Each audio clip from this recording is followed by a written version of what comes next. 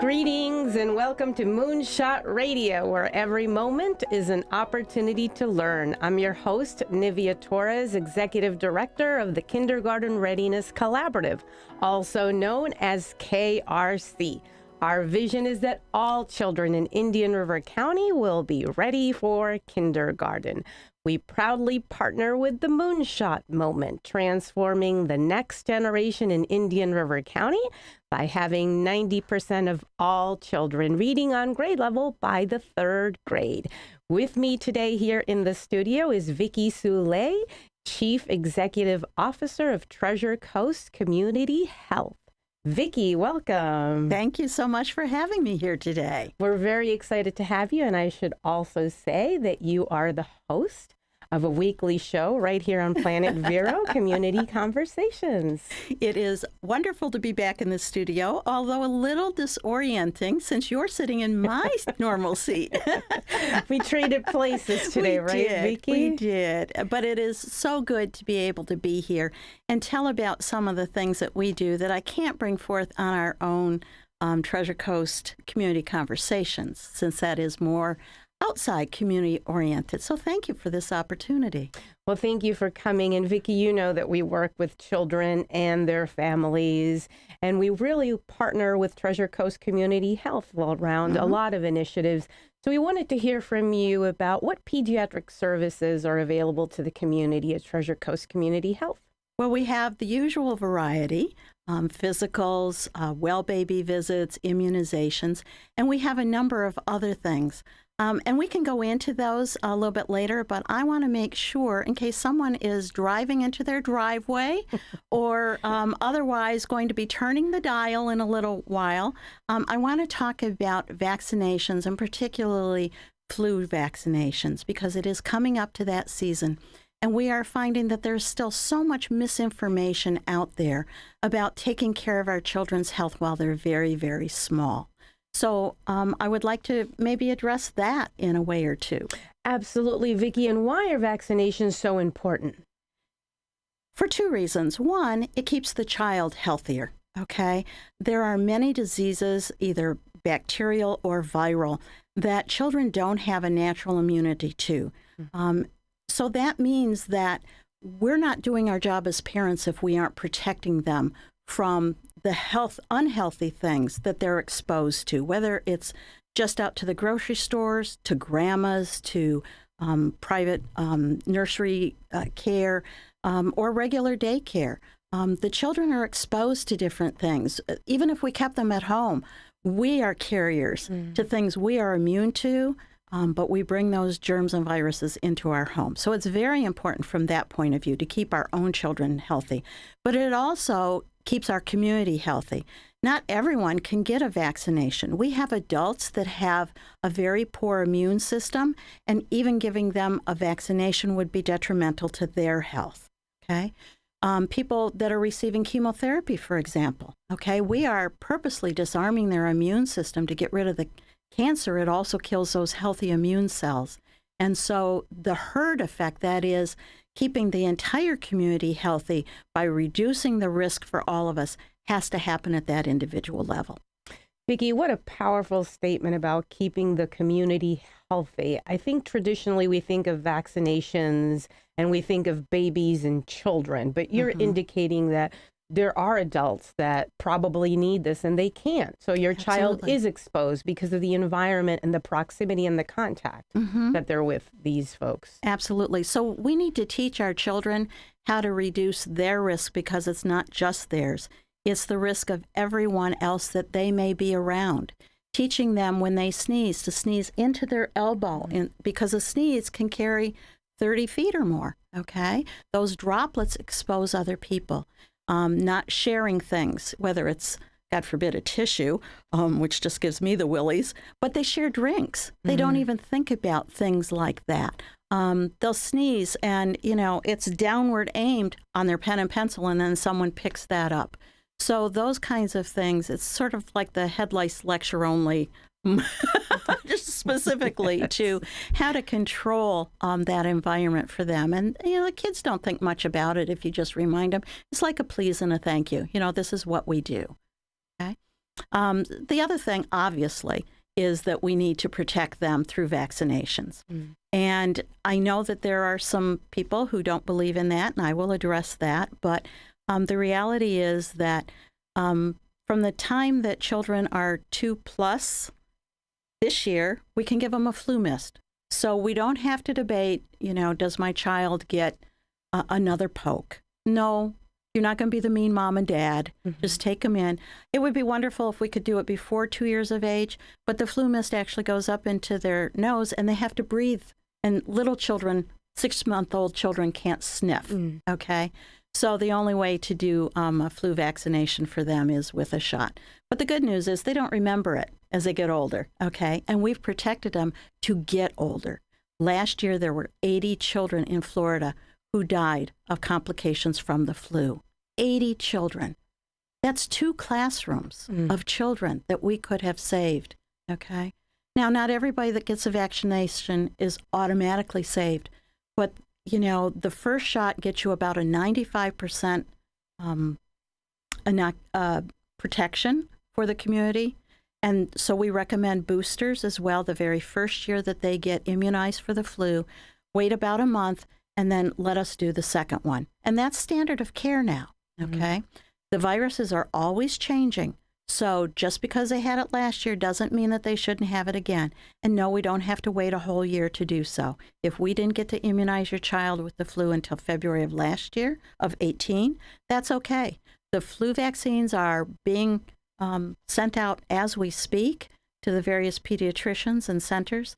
And so it's okay to make an appointment now. Protect your children. We've already seen flu A and flu B at some of our centers.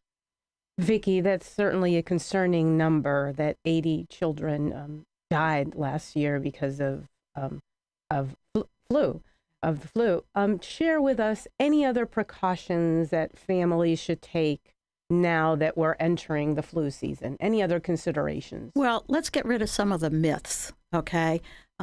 We have a population that still believes, and it's incredible to me because there's been so many scientific knowledge improvements over the last 30 years, but sometime in the mid to late 90s, a physician tried to pair a correlation between getting your children an immunization and autism. They seemed to think at that time, this individual promoted the idea that the preservatives in the immunization material caused autism.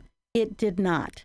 Not only did it not, scientifically, we proved it. The Institutes of Medicine, disproved it in 2004. And yet we still have individuals who claim, I don't want to do that. I don't want to take the chance. There is no chance. In fact, that physician was disbarred because it was a fraud. It was a hoax. It was poorly done material. He jumped to a conclusion he could not scientifically prove at the time, nor does it have any bearing. It is a myth that continues. And I'm the first one to say, I don't want to do anything to harm my children or grandchildren. Not one thing. But when you measure the risks versus the rewards, I'm going to be the mean mom that says, yeah, I know it hurts for a nanosecond, but it keeps me keeping you safe. Okay? So that's one of the things that I think people have got to understand. And it's not too late. If you decided when your child was born that you didn't want to have them immunized against the normal childhood diseases or other things, then it's not too late. You can have them come in and get the immunizations as a catch-up, and that will still protect them going forward in their lifetime. Vicki, I'm so glad you brought up the issue between autism and vaccinations. We get that concern a lot, and there are parents who bring this up. It's a myth. Let's dispel it. I'm so glad that you're here sharing this important information because there are folks who say, well, what about natural healing and breastfeeding my child? Shouldn't that be enough? Shouldn't that be sufficient? Well, natural immunity through breastfeeding is a wonderful thing, but it's not everything, okay? It's based on the mom's immune system and what she's been exposed to. And I guarantee you there are a number of things that none of us want to be exposed to, okay? We get a tetanus shot. We get pertussis or whooping cough. How many of us have had whooping cough? Okay, not too many. Maybe we had measles, mumps, chickenpox as a child, although those are also waning. But again, your body reacts to what it's been most recently exposed to, and over time, those titers, those levels of immunity decrease because your immune system is busy fighting off more recent things. So even though you may have an immunity to it, and when you are exposed to that, again, your titer will peak up. Just because you had a baby doesn't mean that you've suddenly got all of these titers active enough to give your baby full protection. So there's two things wrong with the breastfeeding is enough. One, it doesn't protect you against everything, and even the things it's protecting your baby from are not necessarily at the level it needs to be. Remember, their immune system is just starting up too, which is why we seem like we're giving more and more immunizations as the year goes by. And that, in fact, is true. But it's, again, for two different reasons. One is the more you stimulate the immune system, the more the ready response will be there when it comes across that germ or virus. Okay. Hence, instead of giving one, like we used to some years ago, for a particular thing, we may now, because of scientific studies, in terms of optimization for each individual, or the best amount that we can give to protect them over the course of some years, if not a lifetime, that booster effect has to be done. Okay. There's lots of things I could talk about, yes. but those are some of the most important things. Vicki, you're sharing a lot of important information. We're going to take a quick break, and we will be right back. Okay. At the Kindergarten Readiness Collaborative, our vision is for every parent, regardless of income or zip code, to have the knowledge and tools they need to raise healthy children that are prepared for kindergarten. Our mission is to support our partners in developing a high-quality early childhood system that is family-centered. Our outreach and parent engagement specialists connect with families and build trusted relationships. KRC has chosen Fellsmere and Gifford as our two focus areas in Indian River County. Our Fellsmere office is located downtown in the city annex, and our new Gifford office is located within Victory Park Apartments. Our administrative offices are now located adjacent to Healthy Start and Treasure Coast Community Health in Vero Beach. The Kindergarten Readiness Collaborative, developing a high-quality early childhood system for all children in Indian River County. 160 years, PNC has been committed to providing their clients with great service and powerful financial expertise to help them meet their financial goals. The PNC Foundation, which receives its principal funding from the PNC Financial Services Group, actively supports organizations that provide services for the benefit of communities in which it has significant presence. The foundation focuses its philanthropic mission on early childhood education and community and economic development, which includes arts and culture. Through Grow Up Great, its signature cause that began in 2004, PNC has created a bilingual $350 million multi-year initiative to help prepare children from birth to age 5 for success in school and life. For more information, go to pncgrowupgreat.com. Are you becoming a realtor, contractor, mold remediator, guardian? In the state of Florida, these and many other industries require a Level 2 live scan background check for clearance to work in your industry. A1A Fingerprints is your certified live scan source from Broward to Brevard. And if you're a medical provider, you need to be registered on the ACA web portal. A1A Fingerprints will help you navigate and comply with the law. Call 772-494-6556 or visit a1afingerprints.com. A1A Fingerprints. You can trust Sandpiper Pest Control, serving Indian River, St. Lucie, and Brevard. Certified by the state of Florida to treat homes, lawns, and termites. Fully licensed and insured. Priced right, effective, and friendly. Hi, this is Joel, the owner of Sandpiper Pest Control. Sandpiper can solve your pest issues. No contracts to sign, just results. Call for a free estimate, 772-589-0204. Sandpiper Pest Control, a member of the iTex trading community. Your iTex dollars are welcome. We're back to Moonshot Radio, where every moment is an opportunity to learn. I'm your host, Nivea Torres, Executive Director of the Kindergarten Readiness Collaborative. And joining me today in the studio is Vicki Soule, Chief Executive Officer of Treasure Coast Community Health. Vicki, we're learning so much from you about immunizations and getting ready for the flu season. Right before the break, you mentioned whooping cough, measles, and polio. And some folks think about that as diseases that were part of the old days. Are those still prevalent? Well, the reality is that many of these viruses have reservoirs in animals. And so it's a constant vigilance, particularly birds. It's a constant vigilance to ensure that we continue to protect against them until the CDC, the Center for Disease Control, says we're all right. And in actual fact, in 2009, they listed the information that measles had been eradicated in the United States. And that's not just a sense. It's based on number of reported cases, and they have to go down to 0 cases reported for a number of months to years, okay? Unfortunately, the whole world is not on that same cycle, and measles are back. Mumps were back last year. There were 2 college teams, sports teams, lacrosse, I believe, that quarantined themselves because they all had the mumps.